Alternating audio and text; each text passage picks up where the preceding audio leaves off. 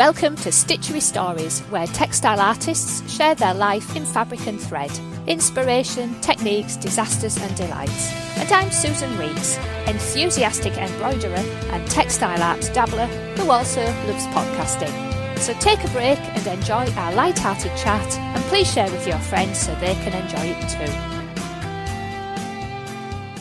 Hello and welcome to our lovely guest today, Susie Martin. Hello. Susie is a mixed media artist producing textile-based works of art. Her work has deep, rich colours, fibrous textures, layers of shimmering iridescent textiles and lots of stitching. Susie experiments with surface texture and looks at how heat and bonding manipulate fusible fibres, raw fleece and felt, wool tops, silk and remnants of fabrics. She works back into the pieces using a variety of hand embroidery stitching and free machine embroidery using different threads and stitches. The pieces are also adorned with an assortment of embellishments, including sequins, buttons, beads, and text, using words to represent her thoughts or feelings.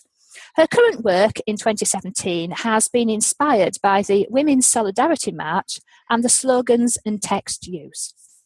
Thank you very much for that, Susie. That's great. Now, I've seen some of your work, and yes, it is very colourful, and you're a very colourful person as well, I have to say. So, fantastic. So, before we get started with your Stitchery story, would you like to share with us what you are working on? You know, what's got you excited at the moment? Well, I'm part of a group called Textile 3, and our next title is going to be Dissolving Margins. So I'm thinking about that at the moment with doing research and looking through ideas. I first started off looking at the coastline and how it's dissolving into the sea. So that's my margin. That's a good one for me. I live at Hornsey, our coast. Yeah. I think it's the fastest eroding coastline in Europe, if not the world. Yeah. But it was devolving a bit too slowly to make anything visually look like an impact. So I am looking at just the water and the sea, because I'm originally from the seaside. So I love the sea and the waves, and there's just a lot of dramatic pictures there. Yeah, the train fell into the sea, and there's no houses are falling into the sea. So everything is just dissolving, crumbling from the cliffs. So I was looking at all the crumbling cliffs to sort of make that a margin against the rush and the roar of the sea. So I've been looking at manipulating fabrics to look like waves. So I've got some blue satin that I've bunched together, and I'm just sort of looking at how I can manipulate fabrics with stitch at the moment. Wow, that sounds really, really interesting. It's quite fascinating being here. Every time we have a big storm, you go down and think, oh, I hope a bit more fall into the sea. Yeah. What's going on? There's, just down the road, there's houses where farms have fallen into the sea. The roads, all the kind of roads that used to go down, they've all just dropped to bits. So, so it's always interesting. I do like being here by the sea for that very reason. There's always something to look at. Well, it's just a better air quality, slower way of life almost as well, and just get sand in everything. I do miss that bit. I think it's great that you're using that as as your inspiration for dissolving margins. That's exactly what it is, isn't it? Is dissolving the margins of our countryside. Oh, well, so I'll be looking forward to that one. With all that kind of the enthusiasm there, I can pick up in your voice about even just being in that group and your current projects. How did you first get interested in embroidery and textile art, Susie? Well, I joined a craft group, and someone put me in touch with an online journaling thing with Effie Wild, and we'd all meet online, and she'd show us a technique, and that was like on my Sunday evenings. And I decided one day to do a fabric page, and I sort of tried to make a new fabric out of it. So I bonded lots of shredded up threads and things together, and I really enjoyed it. And the first one I did, I just went, ooh, I really like this. So I was recycling scraps of bags and all sorts, putting in there to create sort of pages, which is where my A4 size comes from. I like working little. Right. And then I got into doing little machine embroideries, quilting, a free machine for one of those as well. And then it was just gone on from there. From there, I've, as I say, taken redundancy, and the first thing I did was join the guild, which I'd seen at the Knit and Stitch show in Harrogate. The whole thing just for sewing and embroidery, and that was started my journey. Basically, everyone there's just been the opportunities you get, and it's just incredible. Right, so that's the Embroiderers Guild for anybody listening. So that's how I actually know Susie, from the Embroiderers Guild, which is brilliant. Were you somebody who, as a child, used to dabble around with sewing and stitching, or make things? Have you got that kind of history, or is this a new thing? It's the total opposite. There was no creativity in my house whatsoever. The only thing I ever did sew was little outfits for my Cindy dolls. I was posh enough to have Barbies. I had Pippa, the smaller one, and I used to make the most appalling clothes for Pippa. I remember just having a pink and white sort of fabric that must have been polyester. Yeah. And don't you think, though, they were so difficult to make things for because of their outlandish shape? It was impossible making clothes to fit Pippa. And she had really long hair, and I remember one day I cut it off, and so it was like punk Pippa. Mine was punk Pippa before punks, I think, had been invented, when I was like 6. Poor Pippa, but glad somebody else did that as well. We only had a Singer sewing machine that was a hand sewing machine, and I just remember the bobbin fell out constantly. Mm-hmm. So I sort of gave that up as a bad job and started hand sewing everything together, which was a lot easier because it was so small as well. From that, obviously I've now got a young daughter who's got loads of Barbie dolls, and I just thought, I have another passion. She's I think it was a Little Mermaid. You couldn't get a Barbie, the dolls weren't. They now have specialised dolls where they've made outfits for the Little Mermaid, but at the time, there wasn't the lovely pink ball ground that she swans in with. So she wanted one of those. Went, okay, I'll have a go. And there's a wibbly wobbly world out there of Barbie clothing. There are sites devoted to it. You can get pretty patterns. You can buy patterns to make all of it out of. So yeah, that was where my sort of dressmaking came from. These teeny tiny patterns and how to make Barbie dolls. Barbie doll clothes. In my older age, yeah. Absolutely loved it, and it was a big success. I was like, yes, never again. So in terms of your embroidery and your textile art, you were saying that you've found the Embroiderers Guild to be a great inspiration there. Is that really where you've learnt most of your techniques from? Have you been going to workshops and that sort of thing? Absolutely. I always, this little Brenda Moss, who has just been with the Guild for years, and she sort of takes on the new members and teaches them some bits and pieces, because obviously, when you go to the Embroiderers Guild, some of the expectation there is it's a formal way of learning the stitches, so then you can then go on and use the stitches in your own work. Mm-hmm. But it doesn't quite work that way anymore. Everyone just throws things at it's more about textiles art rather than sitting and sewing specific stitches and doing samplers and things like that. Exactly, and I'm really free. I'm really pleased you've mentioned that, because I was chatting with a couple of my other embroidery friends yesterday, and we brought this subject up, that there's still this idea or this impression that the Embroiderers Guild is all about kind of ladies who lunge sitting around doing their delicate flowery embroidery on an afternoon, and you've got to be perfect and like the best embroiderers in the world.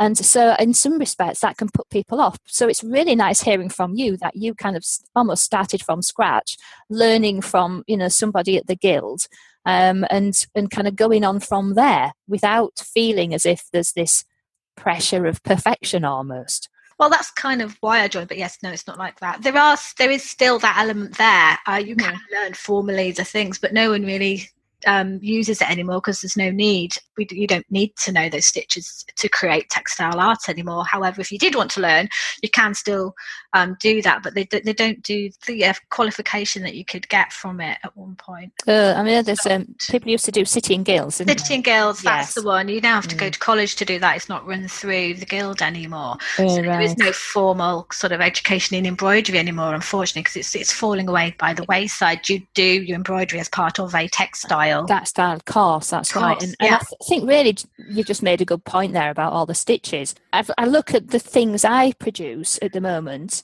and it seems to be straight stitches. It's like backstitch. I seem obsessed with backstitch and straight stitches, and it's actually a while since I've done any more what you would call any of the more formal pieces. And I was actually just thinking last night, I'm thinking of some projects to do, and I thought, I actually do quite fancy going back and doing quite a traditional different stitches piece as a contrast to the work I've done recently, which has been very much more textile art, definitely. So that is a good point.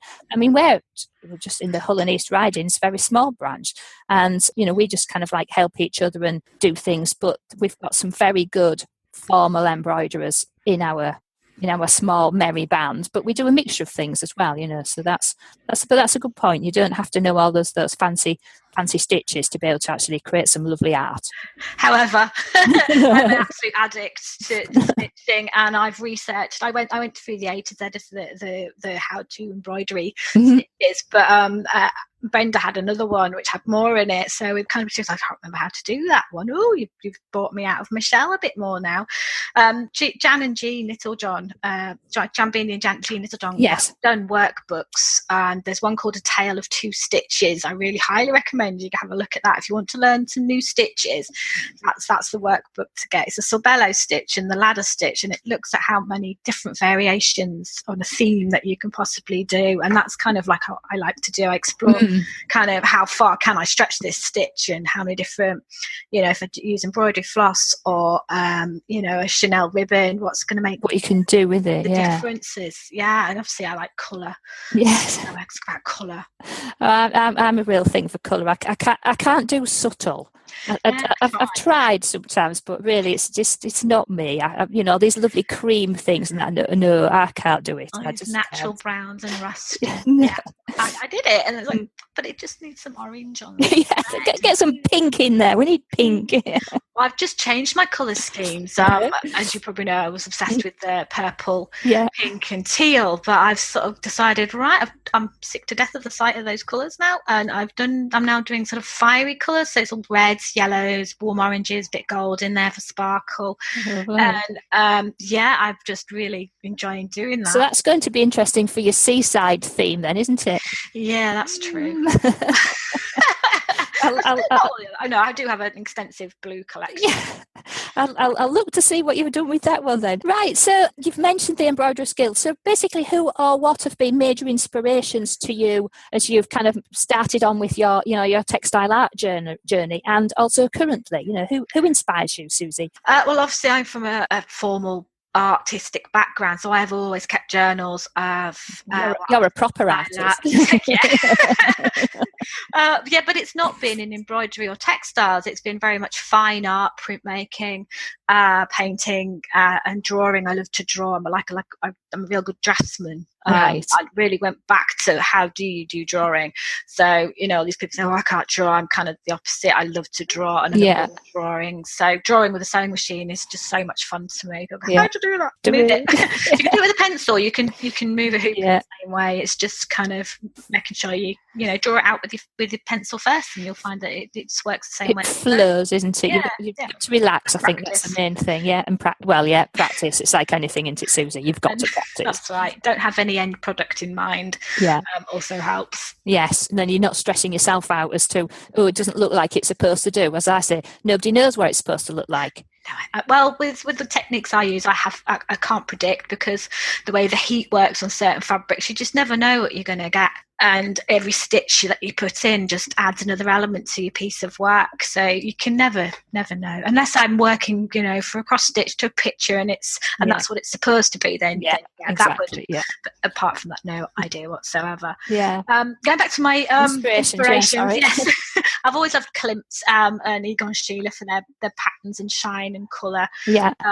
But my favourite is Giacometti. I don't know if you know him. He's a sculptor, and he's got a major exhibition in London at the moment, which I'm hoping to get down to. Oh, right. I saw Major Retro in Liverpool Tate when I was about 17, and it just blows you away. I like it's not his sculpture that I like, though. It's his paintings. Right.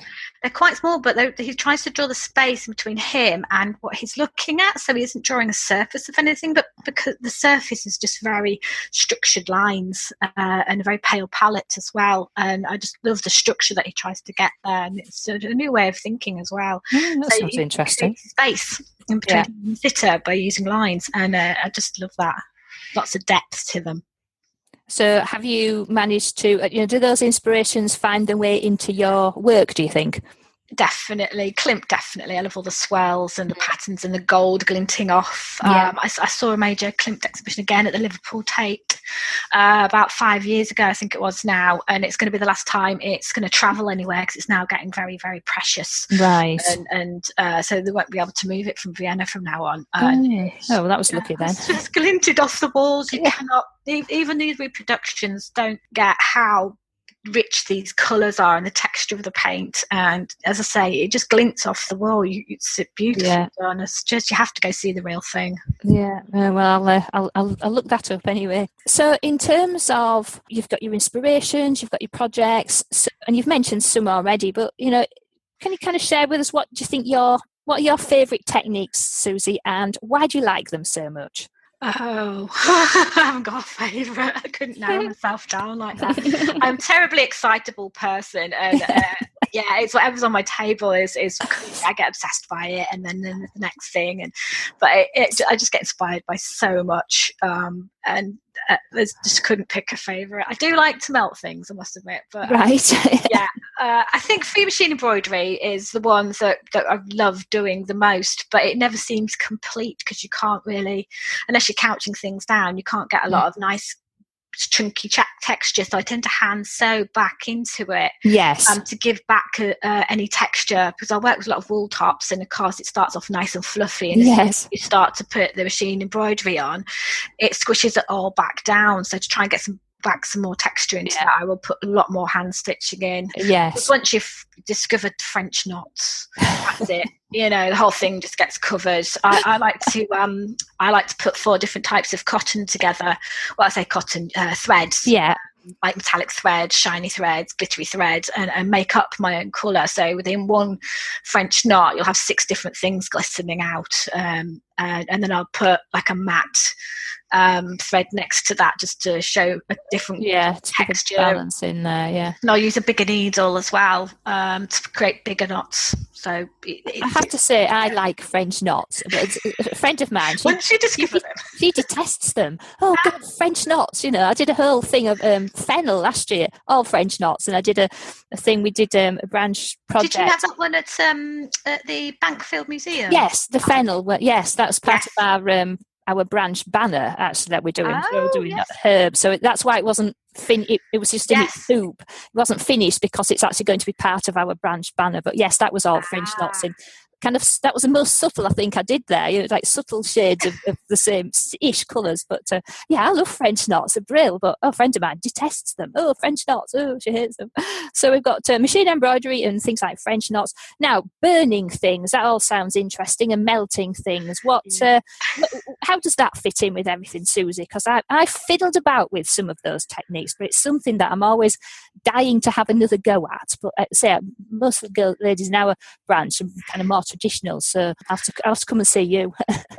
Well, it all starts with a book from the library, and a book on bags, and the first thing it showed was Angelina fibres, how to melt them. Oh, I love those. So back into it, and it also had a nice little thing on how to do little small machine embroidery on quilts, and using felt as a background. And I just, as soon as I did that, I went, oh yes, I found my thing.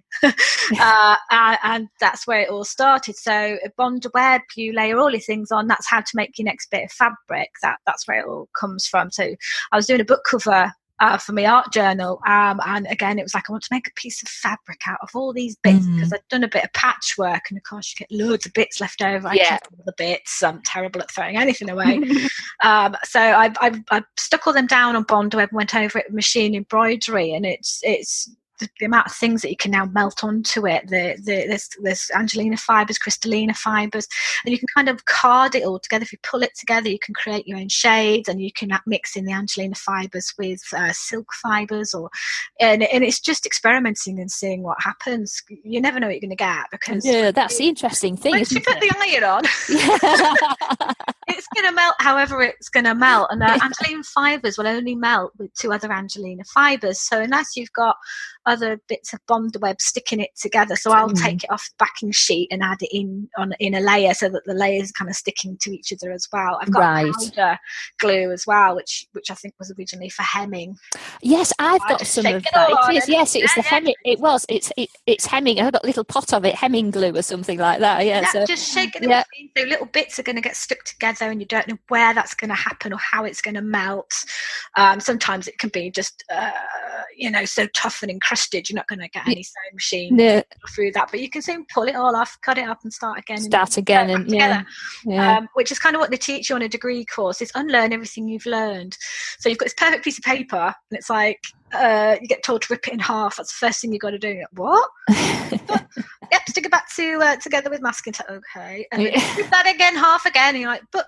So you're not starting with anything that's can't be moved or nothing. Everything's fluid. It isn't about the finished product at all. It's if you don't like it, add something else onto it. If you don't like it, cut it up, put it on something else. To rip things off, cut a hole in it, put something else in the back. It's about just layering it all up. I just love the idea of layers. It's tremendously freeing, isn't it? I think that approach as well, but that in itself can be quite stressful to be like, oh, what am I doing now? It might go wrong. It can't go wrong. Liberating. It's liberating. It is freeing, absolutely. So what do you think has been the high point of your textile art journey so far, Susie, from those kind of beginnings of getting involved with the Embroiderers Guild, let's say? Where have you got to now? Well, through the Embroiderers Guild, last year we had a major exhibition at the Bankfield Museum, and being on the regional committee, you get to volunteer yourself for lots of fun stuff, and I'd love to help out curating. So Angela at the Bankfield very kindly let me help put the display up, have a look at the artefacts. That was from the National Guild treasure, and the museum had their own collection. Yes. And then we had a collection from the region, which was going to be a major exhibition of all our work, which was exhausting to put up. I guess you don't have much time either to put it all together. Well, we started off in the February, and I think the exhibition was in the August. We did have a lot of time to prepare, however. Best laid plans. Yeah. We had to have a major call out for extra work because the room was a lot bigger, and obviously embroidery is something that's usually done very, very small because it takes so long to fill a piece of fabric up with stitch that everything tends to be very, very small. Unlike paintings, embroidery has to look at under a microscope so you can see all of the stitching that's gone into it. They're very intricate usually as well. You've got to look up close, and of course because it's of that, there's not big pieces to fill the walls with, so it's very much and so so I had to call out for work, and the we got back in response was just amazing. Some of the work, the talent in Yorkshire is incredible. I thought it was brilliant. Okay, you put a piece in? Yes, I had a piece in there, but it was marvellous to go and see some of the other work, and also the pieces from the collection as well, from the Embroiderers Guild collection, and whatever the Bankfield had as well. It was a lovely exhibition, and I think that really did pull people together as well, didn't it? It was a fantastic opportunity. Quite a young clientele that go and visit there as well. But we also, while that show was on, we also borrowed the Game of Thrones. Yes. And I was really pleased about that, to be able to go and see that, because that was a major coup.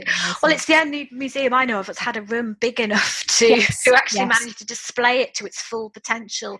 When it was at the Knitting and Stitch show, you couldn't get far enough away to take its whole glory in. Yeah, because there was somebody stood in front of you, kind of thing. So, absolutely, White Rockers. The work that's gone into it as well. Was fantastic. We've just had Shirley Smith come to us and talk about how she created the bit that she sewed for it, and gave us behind the history of how that was made. So it's just so many people within the Guild are just so clever and full of knowledge, and I think for me the Guild is about that. It's about the heritage, it's about the artists that are within it, and I think that's what makes it.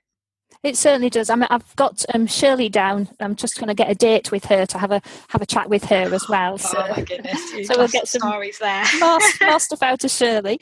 She's very busy. I think it's been really super, and that was a very good exhibition, and it was really excellent, Susie, that you were therefore able to help. As I say, that was important to you as well. It was amazing to go behind the scenes. Yeah, that was the thing, and see how these things do come about. It's good having a good old nosy, isn't it? Absolutely. I'm so nosy. To pex it over. Right, so obviously you've been telling me all about working with heat and fusing things. So, and that it possibly doesn't really apply to the sort of work that you do, as we've just been discussing. But, do you have any particular stories that you could share with us when something didn't go quite as planned and was possibly a bit of a disaster? Have you got anything like that you could share with us, Susie?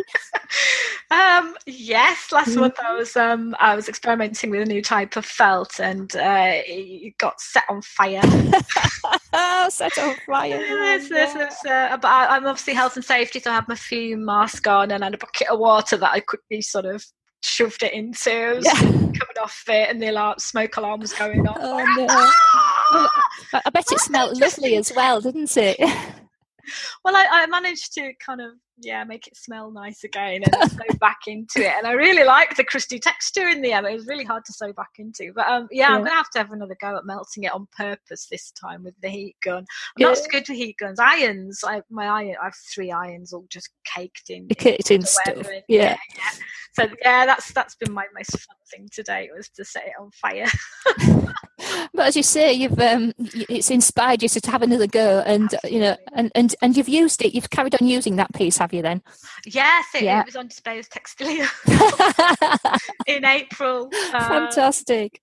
So again, even with the Textile 3 journey, that has all started from the branch, because a member of the branch invited me to join, and you have to go through an interview process, and it was just so amazing to think, oh gosh, someone's noticed me and wants my work in their group, and that's been a journey in itself as well. And which branch are you in? I'm in the Airedale branch. Airedale, I'm also a member of Skipton and Grassington branches, so I've got 3 branches that I'm a member of, because I have a lot of time on my hands, and it's not so much fun sitting at home on your own just sewing in a little bubble. So that's the other reason I like to go to each guild. It's not kind of a case of one size fits all, but it's just so nice to spend time with these ladies. I'm not used to an older generation as well, because my grandparents were gone before I was even born. So I just love listening to the stories and all the experience they've got. And I remember, it's kind of, everyone always says that. I remember doing that. Smocking. And all my little girls' dresses out of it. I used to hate smocking. It's like, there's this machine. Yes. For you now. Have a go at that. Oh dear, that's great. We've all got these kind of dreaded unfinished objects lurking about, typically from those fancy pieces of embroidery full of like really embellished stitches that take forever, and that kind of, after a while you just kind of lose heart with it, I think, really. Have you got any UFOs lurking around? Last year I decided that's all I was going to work on, was my work in progress. And if I didn't want to finish anything, I literally cut it up and stuck it back into something else. So I literally don't have any work in progress left. Brilliant. I thought, right, I'm not going to start anything else until those are all finished. So I just got everything off my desk. I was like, oh, that's a bit liberating. Now what do I do? So I'm thinking, brilliant. Yeah, I think I've got about one thing still in a bag from years and years ago. But when I was living in France, I had no guild or anyone to share anything with. I did actually think, right, what I'm going to do is finish off. And I did have quite a few things that I needed finish off. Some of them were fairly long-term pieces as well. So it was like, that was really nice. Like, oh, yes, I've got those finished. So I thought you'd be recycling yours into another piece. Yes. It took me the longest was the alphabet. I did the 8 Yes. Huge letters. I have no idea why I decided that was a good idea, but it was for the text tiles. So the tile, every tile was a different letter, and I made an alphabet up and actually managed to put it in the computer and make it into a keyboard. So all my letters came up as, so I could literally type with my own alphabet. Fab. I've done them all in gold work with beads, and it just took forever. I saw that actually. I need a felted the background. A1 over A1 size piece of felt. Oh, crikey. So you've got rid of all your work in projects, and you're in the middle of thinking about your dissolving margins projects. So how do you manage your time? So in terms of, there's that saying, beware of long distant elephants. So it's things that seem such a long away, but they creep up on you, and all of a sudden you've got this project looming large, and you're not anywhere near on with it as you thought you were. How do you keep track of your projects and your time, and keep yourself organised, but also keep your creative juice flowing? Because it's always a challenge. The week before, the exhibition's going up, you go, oh yeah, I should have done some work. So that's the night before, you're pulling an all-nighter. And no, you have a lot of panics. No, I am actually incredibly organised from my secretarial days. Like everything has to be done. Make yourself have little targets. Make sure you know what you're doing. But it's because don't overstretch yourself and only take on things that you've got the time to do. Yes. But I've got a calendar that everything is date organised on there. Like today, we'll have don't forget podcast on it. I don't prepare for that as well. Yeah. Done electronics work and got my answers ready. Yeah, that didn't go to plan either. Yeah, well, see, I started off life as a mainframe programmer a million years ago, so I am obsessed with plans and structures and organising. So, and I'm sure that if ladies at the guild kind of roll their eyes and start tutting where I'm going, right, well, next month, remember, we've got to get all these things done, and let's think about this, and have you done this yet? And it's like, oh, shut up, about your plans and your deadlines, will you? Go away. Well, I'm part of a very vibrant group of ladies who are doers rather than planners, and if you set them on a thing, they tend to go away and overdo it. Solitaire has a thing called Solitaire Inspired, and they had a call out for postcard-sized postcards, basically. So our chair had the idea of, we'll all make a postcard-sized thing. And of course, someone made, I think, over 19. I think we had about 50 that we've handed in. Wow. But it's because it's postcard size, it's easy to do. It's doable, isn't it? Absolutely. Yes. You've got all these old bits that you just cut back up and sew back into. I don't have any old bits. I'm going to have to start getting a stash together. No, I don't. My thing is, I've moved countries and moved houses and actually got rid of everything 3 times. So being able to move back from France with 2 vans really focuses your mind on what's going to survive. And sadly, most of the time, bits of fabric, it's just you just can't bring it back. It costs you too much to bring it back. So it's just like, so I've got very little in the ways of bits. I just have to buy bits, so I buy stuff for a project, but I'm now getting a little pile of things. So, but my little pile has now turned into half the garage. But for me, it's what I do every day, all day long. Exactly. I don't do anything but sew and work on my textiles, because that's what I love to do, and it is such a amazing thing to be able to sit and do that all day long. And it's blessing, because it gets soul destroying sitting in front of a computer all day just typing. I know. Typing your managers and just that all day in an office is Well, I sit all day in my office at home, but I am that person staring at the computer all day long, but at least I'm working for myself, and then I can fit things in as I want. So I couldn't do the office thing anymore. That would just be like, no, thank you. Well, I like picking my own hours as well. Well, yeah. When you say my own hours, it means 24/7 really, even if it depends, you're having to go to meetings and deadlines, and I don't know, I don't like not being busy. Yes, well. I'm like that. I overschedule all the time. I've always got too many things on the go, but I like that. That's good. And you bring up a good point about being in a group of people who are also interested in doing things, because our little branch, even though there's only 10 of us, we are all busy and we'll all turn up to do things. And the regional day that's coming up, all of us are going. So it's like 100% of our branch members are going to regional day. So there's not that many of us. But good to hear it. I'm on the bags again. And the competition, don't forget the competitions. Yes, we're all food entries. Starting to plan up for the competitions. Yeah, we're entering, and we've also got something interesting coming up as well. So you'll all be able to have a good laugh at that. So that's top secret. I can't tell you, else I'd have to kill you. So that's that. I guess if it wasn't for the embroidery, I certainly wouldn't be sat here talking to yourself as well. I do love it, but it works on a regional level as well. Yes, very much so. But I volunteered to steward at the Knitting and Stitch shows, and you just meet so many other people on a national level as well. Yes. Usually the CEO is there, or Anthea, who's our artistic director. Godfrey. That's it, Anthea Godfrey. But she was sat there doing tapestry. Tapestry work, because everyone was like disbelief that was actually sewn, and so she was showing that, and it was just incredible.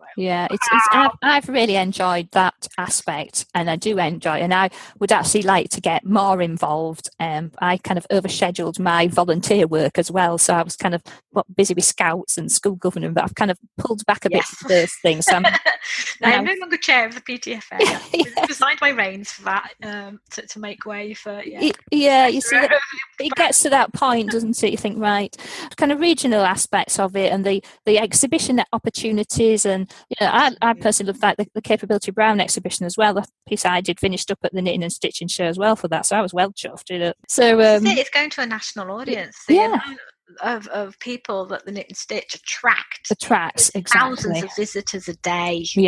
All the schools and colleges go around as well on the Thursday, and it's so nice meeting all the young kids going, oh, wow, Embroidery Guild, what's that then? And it's a good way to sort of promote Stitch, and I said, well, don't let the word guild put off you, but at the same time we are a guild, which means we are that one step up from your local craft club. Exactly. And you do get a chance to go for bursaries, and there's so much more to learn, and it's about a learning environment as well. But again, there's loads of exhibition opportunities, and even just the competitions, that's my next theme. I do know what next year's competition is going to be. Very exciting. You'll find out regional day. I'm going to keep held in suspense. I'll find out next week. But you see, because I'm part of a small group, having that opportunity to exhibit, a small group of 10 is difficult to drum up an exhibition, although actually we have got quite a lot of work now to do. But being able to be part of that bigger group, to be able to contribute to a bigger exhibition and therefore a wider audience is fantastic. It's such an opportunity. So I just absolutely love it. Kind of moving to wrap this up, talking of future plans, you were telling me about your Dissolving Margins project. Have you got any other kind of plans and projects that you're thinking about, committing to? Always. Ooh, what can I do now? I've just got very interested in Jan Messent's book of Wool Magic, which is creating lots of textures out of wool. And I've got loads of plastic canvas left over from last year's sewing needle case workshops and kits that I was doing. And so I've just been looping things round. It's like a rag rooking technique, but you're using wools and ribbon and but that comes textures. Out nice. They're wonderful. So I've just when I learn a technique, I love to share it with my branch. So I've just done a workshop of getting everybody to have a go, and some ladies have just carried on and on with it, and so it's nice to be able to inspire other people as well. Fantastic. So yes, that's my kind of craze at the moment. But I'm taking a break for a couple of weeks because I haven't stopped since last year. So yes, that's my next thing is what do I want to do now? Well, we all need a bit of a break as well, don't we? Because keep your brain interested and kind of refreshed and creative. Otherwise, you get kind of burnt out as well. And no matter how much you love something, if you do it too much, then I think you get too close to it, don't you, really? And then it's like, ugh. Again, though, from my formal background in my degree, it teaches you how to just carry on and be inspired all the time, from everything around you. An artistic mind tends to just look at a tree and doesn't see, the leaves. It sees the structure of the branches, how the light's hitting it. I'm kind of mindfulness that kind of way, and everything I look at around me is just inspiring. I do a lot of photography as well. So again, it's what can I photograph? Constantly going to art galleries. I just love research. Pinterest. Oh gosh. Yay, Pinterest. Instagram. I like all Instagram. Of my life. I do about half an hour of Pinterest a day just to keep going. And I'll do that on a night, and then in the morning I'll go and print off the ones that I'd like the most and put them in my book. So that's kind of a little ritual I've got going, and that just starts you off right in the day. I found I go to a lot of shows like Yarndale and things like that, and just can't stop. There's always a new material or something else to melt or set on fire. No gauze. I'm interested to see what that's about. Oh, yes. Last week I was at Stitching in the Dales, which is run by the Grassington branch. And anyway, we were doing lots of dissolving fabrics, and it was a lace technique where you do a lot of machine embroidery on the dissolve. Oh, yes. And, it's all got to be collected together, hasn't it? Else it'll just drop to bits, yes. So my poor machine was overheating a little. But that's like 2.5 days of just sewing. Oh, fab! Dales, countryside. All you can see are little lambs hopping about, and that's where you are. And again, all the ladies are just fantastic, and we all do something so completely different from one technique. And that's the interesting thing, isn't it? How how everybody comes up with something different. So, and of course, they're all advanced textile artists as well. There's no, there are a few beginners, but it's mainly, oh yes, let's try this. Pushing the boundaries, as it were. Absolutely, yes. Do you have any places where we can be able to see your work for the rest of the year, Susie? Any particular exhibitions that you're targeting that we might be able to see? As I say, I've just finished one at the Farfield Mill in Sedbergh, and there isn't a plan yet. We're busy making the work for it because obviously it takes so long to make embroidered threads and things. We're going to be exhibiting this one next year because we've had one exhibition this. We usually have 1 or 2 exhibitions a year, and we've had our one for this year, so we can concentrate on making the perfect piece of work ready to be exhibited for next year. Well, I'm sure everyone will be looking out for you, and people can follow you on Facebook and that's all that sort of thing. So Facebook is my baby. I love Facebook. It's so easy to just post things up. So as we kind of move towards the end, Susie, thank you so much for sharing your Stitchery story with us today. It's been an absolute hoot and absolutely fascinating finding out more about your art and you and the kind of excitement and creativity that you've discovered and that you've shared with us all is fantastic. So I'm sure our listeners would love to find out more about your work. Now, you've sent me a couple of pictures of some of your work on this episode, but where can people get in touch with you? Would you like to share your Facebook page, or what's the best way people can find your work and get in touch with you? It's the Facebook page, Susie Stitchings, is my main source where I keep that up to date. Right. Usually weekly, or if there's lots going on, then I'll repost of Textile exhibitions or things that I like or techniques. I tend to put things up on there the most, and you can message me on that, or I've got an email of susiestitchings@gmail.com. Keep it simple. Fantastic. And obviously there's a Textile blog as well about all the other artists that exhibit with me as well. I'll definitely link it in here for you. Susie, that's been absolutely fantastic. Thank you very much. With that, we'll say goodbye for today. Thank you. Bye. If you liked this episode and want to hear more, then please join the Stitchery Stories fan club so you can get an email when a new episode is released. It's a quick and easy way of listening and of keeping up with any news and offers from our lovely guests. Please visit stitcherystories.com to join the fan club. Of course, if you have iTunes, then subscribe there to automatically get new episodes. And why not leave us a review and rating whilst you are there? So that is the end of our Stitchery story for today. So keep stitching, keep smiling, and keep creating your very own Stitchery stories.